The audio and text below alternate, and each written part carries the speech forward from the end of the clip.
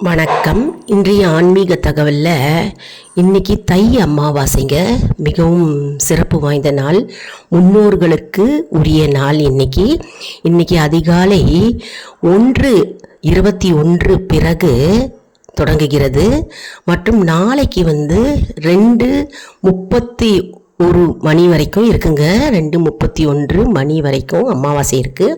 இந்த அமாவாசை நாளில் நம்ம இன்னைக்கு முன்னோர்களை நினைத்து நம்ம தர்ப்பணம் செய்யணும். அதாவது நம்ம வீட்டில் ஹோமம் பண்ணியும் செய்யலாம். அப்படி இல்லைன்னா நம்ம எள்ளும் தண்ணீரும் நம்ம இறைக்கலாம்.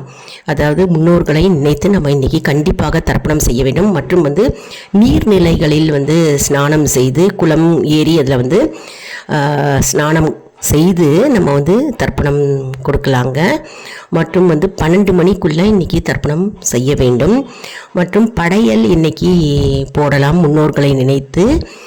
மிகவும் சக்தி வாய்ந்த நாள் இன்றைக்கி, தை அமாவாசை நாள். அதனால் இன்றைக்கி நாம் அனைவரும் முன்னோர்களை நினைத்து நம்ம தர்ப்பணம் செய்ய வேண்டும். இப்படி தர்ப்பணம் செய்ய நமக்கு என்ன ஆகும்னா, நமக்கு நம் வீட்டில் இருக்கும் தடைகள் நீங்கும், முன்னோர்களுடைய ஆசீர்வாதம் நமக்கு கண்டிப்பாக கிடைக்கும் மற்றும் அவர்கள் திருப்தி அடைவார்கள் மற்றும் நம் வீட்டில் இருக்கும் அனைத்து துன்பங்களும் நீங்கும் என்பது ஐதீகம். மற்றும் நம் முன்னோர்களை நினைத்து நம்ம திதி கொடுப்பதால், அதாவது பெற்றோர்கள் மற்றும் முன்னோர்கள் மூதாதையரை நினைத்து நம்ம இன்றைக்கி திதி கொடுத்தால் நம்முடைய வாழ்க்கையில் இருக்கும் அனைத்து விதமான பிரச்சனைகள் நீங்கும் மற்றும் திருமண தடைகள் நீங்கும் மற்றும் குழந்தையின்மை நீங்கும் மற்றும் வேலை வாய்ப்பு கிடைக்கும். அதனால் நல்ல பலன்களே கிடைக்குங்க. அதுவும் தை அமாவாசைன்றது ரொம்பவே சிறப்பு வாய்ந்த நாளாக கருதப்படுகிறது. அதனால் இன்றைக்கி எல்லாருமே தாய் தந்தையரை இறந்தவர்கள் மற்றும் முன்னோர்களை நினைத்து நம்ம இன்றைக்கி தர்ப்பணம் கண்டிப்பாக நம்ம செய்ய வேண்டும்.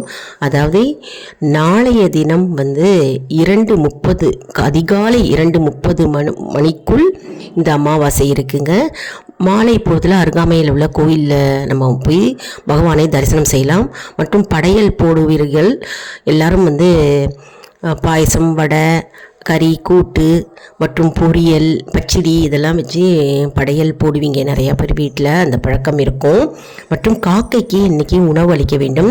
காக்கைக்கு எள் கலந்த தயிர் சாதம் உணவு அளிக்கலாம். மற்றும் படையல் போடுவீங்கல்ல பார்த்தீங்களா, அந்த உணவும் காக்கைக்கு நம்ம அளிக்கலாம். காக்கை உணவு உண்டால் நம்முடைய முன்னோர்கள் நம்முடைய திதியை ஏற்றுக்கொள்கிறார்கள், நம்முடைய தர்ப்பணத்தை ஏற்றுக்கொள்கிறார்கள் என்பது நம்பிக்கை.